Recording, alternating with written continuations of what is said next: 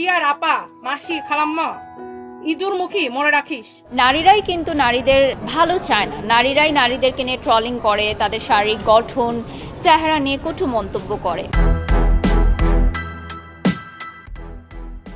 সংবাদ সম্মেলন ডেকে জামায়াতকে নিয়ে কটাক্ষ করায় এবার রুবায়েত ফাতিমা তনিকে যেন চরম এক শিক্ষা দিলেন ব্র্যান্ড প্রমোটর বারিশা হক।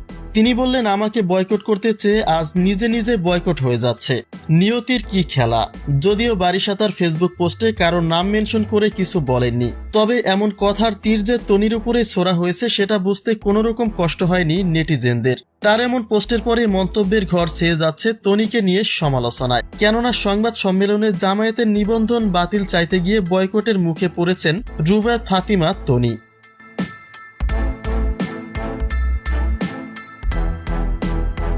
ব্যক্তিগত দ্বিধাদ্বন্দ্বে বারিশাকে প্রায় খোঁচা দিতেন তনি। বারিশাকে নিয়ে তিনি বিভিন্নভাবে ট্রোল করতেন।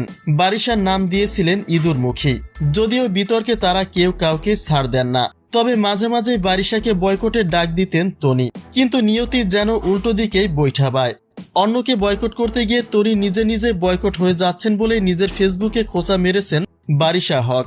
এর আগে তনির সঙ্গে বাগবিতণ্ডার জেরে অতিষ্ঠ হয়ে নিজের কর্ম থেকে সরে দাঁড়ানোর সিদ্ধান্ত নিয়েছিলেন বারিশা। কেননা বিতর্কের ঝড়ে তনি তাকে এমনভাবে চেপে ধরেছিলেন যে অবশেষে সোশ্যাল বিজনেস ছেড়ে চলে যাওয়ার সিদ্ধান্ত নেন বারিশা।